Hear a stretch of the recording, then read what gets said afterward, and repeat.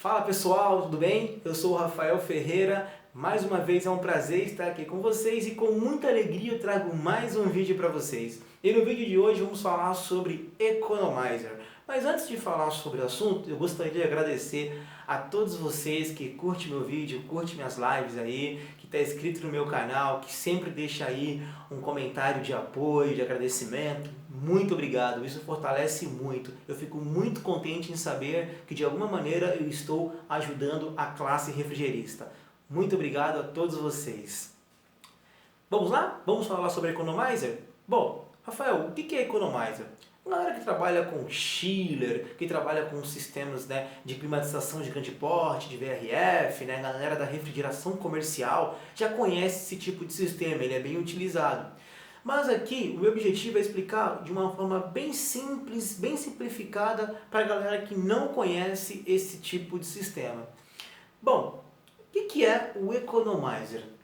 Nada mais é do que um trocador de calor instalado na minha linha de líquido, ok? Muitas das vezes esse trocador de calor é a placa, com o objetivo de retirar calor do meu fluido refrigerante na minha linha de líquido, ou seja, diminuir a temperatura do meu fluido refrigerante na linha de líquido. Quanto mais eu diminuir essa temperatura, quanto mais eu resfriar esse fluido, mais eu vou aumentar o meu subresfriamento. E quanto mais eu subresfriar esse fluido, quanto mais eu aumentar o meu subresfriamento, mais eu vou ganhar capacidade de refrigeração. Mas Rafael, como isso acontece e por que isso acontece? Bom, é isso que eu quero explicar até o final do vídeo. Antes de mais nada, eu gostaria de deixar bem claro que existem várias tecnologias e vários tipos de sistema de economizer e cada fabricante adota um caminho a ser seguido, tá? Esse tipo de sistema é o mais simples que eu achei para a galera que está começando a entender. Existem outros tipos de sistema um pouco mais complexo que eu posso fazer outros vídeos explicando, mas eu vou falar basicamente sobre esse tipo de sistema que eu acho bem simples o entendimento, beleza pessoal? Então vamos lá? Bom pessoal, aqui eu tenho um sistema de refrigeração, tá? Pessoal que não conhece sistema de refrigeração, eu deixo um convite a você, vai no meu canal, Rafael Ferreira Refrigeração lá no YouTube, e vê lá o ciclo básico de refrigeração. É muito importante que você entenda o ciclo básico de refrigeração para que você entenda esse tipo de sistema, tá legal? Mas basicamente vamos lá. Vamos aqui relembrar alguns conceitos, Aqui nós temos um compressor, que está succionando o fluido refrigerante vindo do meu evaporador, Esse fluido está na condição de vapor, em baixa pressão e baixa temperatura. O compressor vai comprimir esse vapor, elevando a pressão e elevando, consequentemente, a temperatura, tá? Então, pelo tubo de descarga aqui, o meu fluido vai indo, e aqui ele está perdendo temperatura, certo? Até que ele vai entrar no meu condensador, tá? E aí ele vai começar um processo de mudança de fase, no qual o meu fluido vai mudar do estado vapor para o meu estado líquido, processo de calor latente, que ocorre a mudança de fase sem ocorrer a mudança de temperatura. Esse líquido, aqui pessoal, é onde ocorre a maior parte de rejeição de calor do meu fluido refrigerante, ocorre aqui no meu condensador, ok? Esse líquido em alta pressão e alta temperatura, vamos acompanhar essa linha aqui, tá pessoal? Ela vem por esse traçadinho aqui, tá vendo aqui? Ó, vem por aqui, tá legal pessoal? Vai entrar no trocador de calor a placa, tá? E aí esse líquido, ele continua em alta pressão e alta temperatura, beleza? E aí ele vai para uma válvula de expansão, que nesse caso aqui é uma válvula de expansão eletrônica, ok? Esse líquido, consequentemente, ao passar por essa válvula, ele vai perder pressão, consequentemente ele vai perder temperatura. Esse líquido vai entrar no evaporador, beleza pessoal? Vai começar a absorver calor do meio a ser refrigerado e todo esse líquido começa a transformar em vapor. Esse vapor, por sua vez, vai entrar aqui no acumulador de sucção e se por acaso tiver alguma coisa de líquido, esse líquido fica retido aqui na parte inferior, na parte de baixo aqui, pessoal, do meu acumulador, permitindo apenas a passagem de vapor em baixa pressão para o meu compressor. Bom, vocês viram que eu expliquei de uma forma bem básica e bem resumida, porque o objetivo desse vídeo né, é falar sobre aqui, né, o resfriador adicional da minha linha de líquido. Beleza, pessoal? Resfriamento adicional da minha linha de líquido. Vamos lá? Pessoal, primeiro vocês repararam aqui que eu estou trabalhando, né? Eu coloquei aqui no exemplo uma válvula de expansão eletrônica. Rafael, qual a diferença da válvula de expansão eletrônica para a válvula de expansão termostática?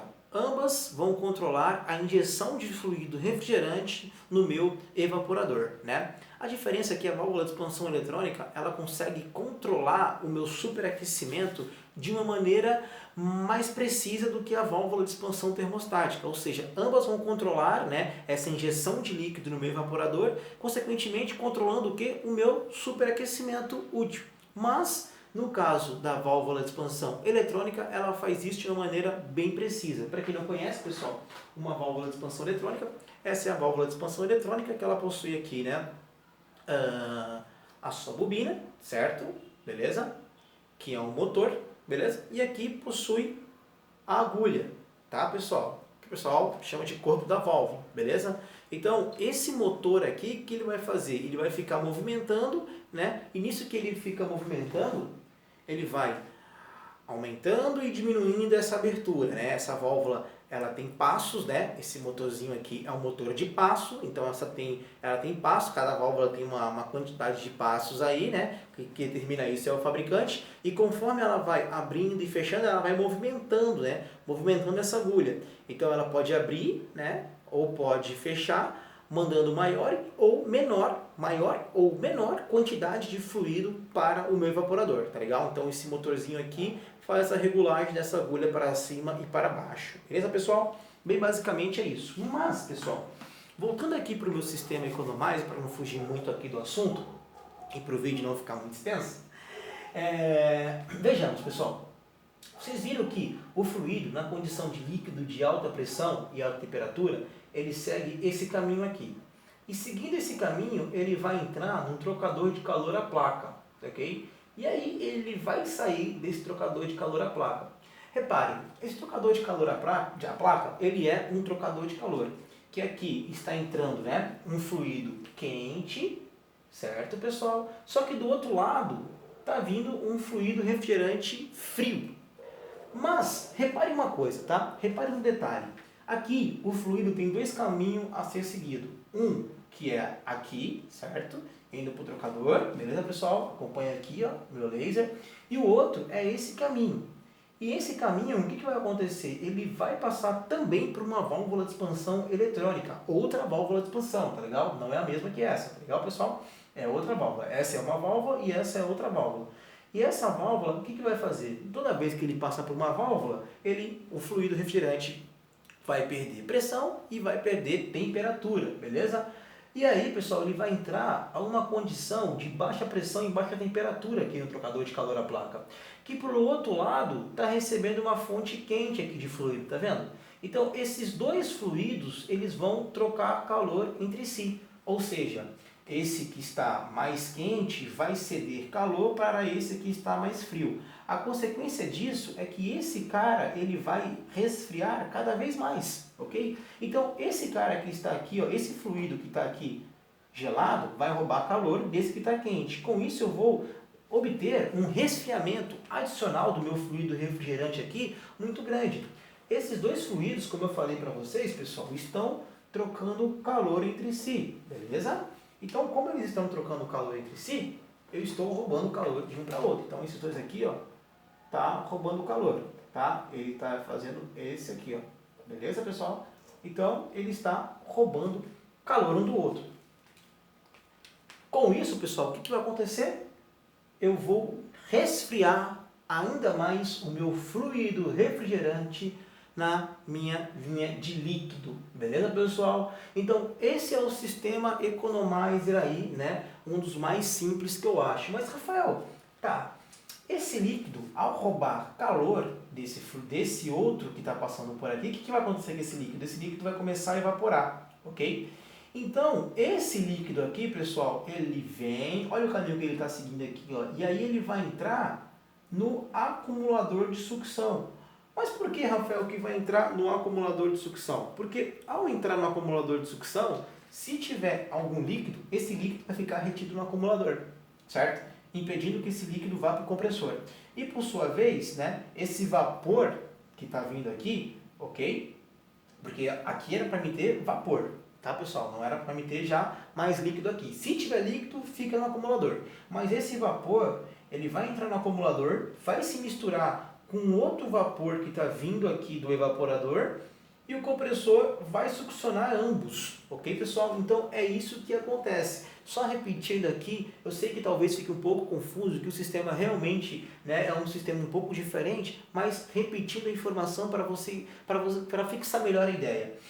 Aqui eu tenho dois caminhos para seguir, tá? Um, que ele vai continuar seguindo aqui pela minha linha de líquido, tá? E vai entrar no trocador de calor a placa. E o outro ele vai passar por uma válvula de expansão eletrônica, vai resfriar, que vai trocar calor, ó, esse com esse. E aí ele vai roubar, o que está gelado vai roubar calor do que está quente, tá? A consequência disso é, eu vou subresfriar o fluido refrigerante que está vindo aqui, ó, ok? E esse retorno aqui, pessoal, o que vai acontecer? Ele vai entrar aqui no acumulador de sucção, tá? A consequência disso é um ganho considerável do subresfriamento, tá, do meu fluido refrigerante. Ok, Rafael, beleza, mas qual é a consequência disso na prática? A consequência disso na prática é que quanto mais líquido eu chegar aqui no meu evaporador, melhor para o meu sistema, tá? Eu vou aumentar a troca de calor no meu evaporador. Porque na verdade, pessoal, né, muitos de vocês já sabem que aqui o meu fluido refrigerante, ele não entra no evaporador na condição de 100% líquido. Ele entra com uma proporção de líquido, né, e uma proporção de vapor. Lógico que ele entra mais líquido do que vapor, mas eu vou dar só um número aí, tá, pessoal? Só para vocês entenderem um pouquinho melhor.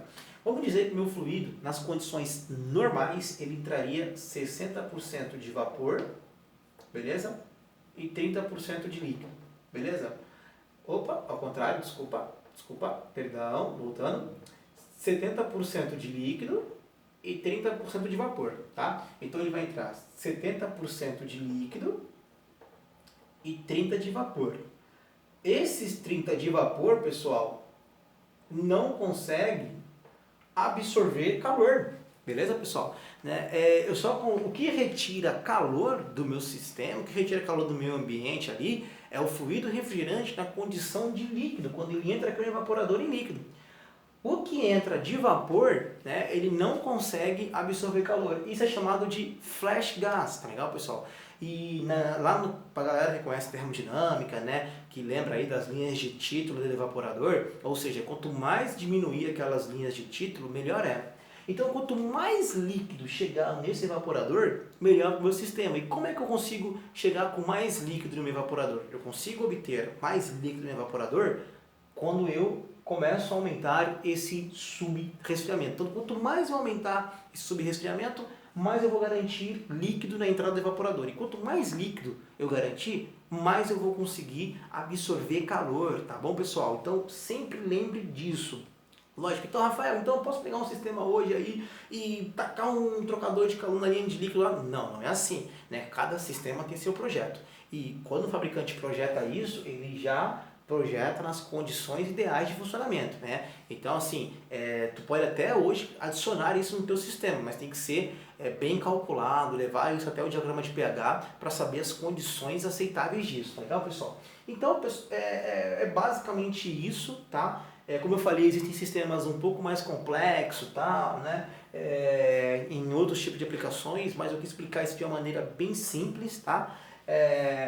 Repetindo, líquido em alta pressão vai vir aqui, vai tomar dois caminhos. Um, vai passar pela válvula de expansão eletrônica, certo? Vai subresfriar, vai entrar aqui, ó, gelado e vai roubar calor desse outro caminho que está vindo aqui, ó, pela linha de líquido, né? E vai roubar, trocar calor um com o outro. A consequência disso é um aumento do resfriamento adicional do meu fluido refrigerante na linha de líquido, eu vou aumentar o subresfriamento, e quanto mais eu aumentar esse subresfriamento, mais eu vou conseguir aumentar aí a capacidade de refrigeração dos meus sistemas. Em alguns tipos de sistemas, por exemplo, esse cara aqui, esse retorno, em vez de vir para o acumulador, ele vai direto para o compressor, ele vai lá na parte superior do compressor, quando utilizado aí os sistemas scroll, algum tipo de sistemas, né? Em alguns casos também, sistema parafuso também, né? Mas ele vai direto para o compressor, tá legal, pessoal? Então, em vez de vir para cá, ele também pode ser em alguns casos que ele vá para o meu compressor, tá? Então, como eu falei, existem realmente outros tipos de tecnologias aí empregados, tá, pessoal? Bom, deixa eu ver se eu lembro mais alguma coisa aqui para falar para vocês.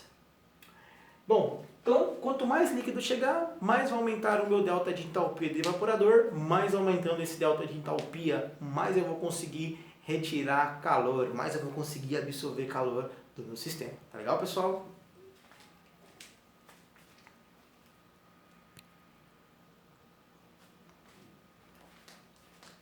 Só uma coisa aqui para finalizar, essa válvula de expansão eletrônica aqui, pessoal, repare que ela tem um sensor de temperatura instalado, né, ao final aqui, ó, na saída do trocador de calor. Por quê? Ele está dando essa temperatura. E aí, como ele está dando essa temperatura, ele vai controlar essa injeção, certo, de líquido nesse trocador de calor aqui, tá? Mandando maior ou menor quantidade. E aqui, pessoal, também, ó, tá? Eu tenho também um sensor de temperatura que está monitorando a temperatura do fluido refrigerante aqui, podendo mandar maior ou menor quantidade para o meu evaporador. Em casos de sistemas que trabalham com válvula de expansão termostática, aqui, aí antes dela tem uma solenoide, tá, pessoal? Que não é o caso aqui, nesse caso, né? Nesse caso específico desse fabricante, não tem essa solenoide. Beleza, pessoal? Essa válvula de expansão eletrônica, né? É lógico que esse tipo de sistema ele é controlado, né? Através de monitoramentos, né? De temperaturas e pressão, quando não há necessidade desse resfriamento, por exemplo, em dias frios, né? Que aí por si a temperatura de condensação já é bem baixa. Em dias frios, esse sistema aqui ele fecha essa passagem, tá legal? Então não vai ter fluido gelado passando para cá, ele fecha, mantendo o fluido unicamente passando por esse caminho aqui, beleza, pessoal? Então, por quê? Já está o fluido com um subresfriamento bem baixo. Tá? Como eu falei para vocês, a ideia é explicar uma forma bem básica, depois eu vou explicar isso até no diagrama de pH, ali para a gente entender melhor de como isso funciona. Eu já vi alguns fabricantes chamando esse tubo de retorno de tubo de média pressão, tá, pessoal? Então, se algum dia vocês ouvirem essa palavra, média pressão, é esse tipo de sistema aqui, beleza, pessoal? Bom, acho que é isso, né? Mais uma vez aí, desculpa pelo vídeo longo, né? E muito obrigado aí por ter ficado até o final, espero que vocês tenham entendido, peço desculpa por qualquer tipo de erro aí, peço desculpa por qualquer coisa a vocês, e muito obrigado e até uma próxima aí. Valeu, pessoal, até mais.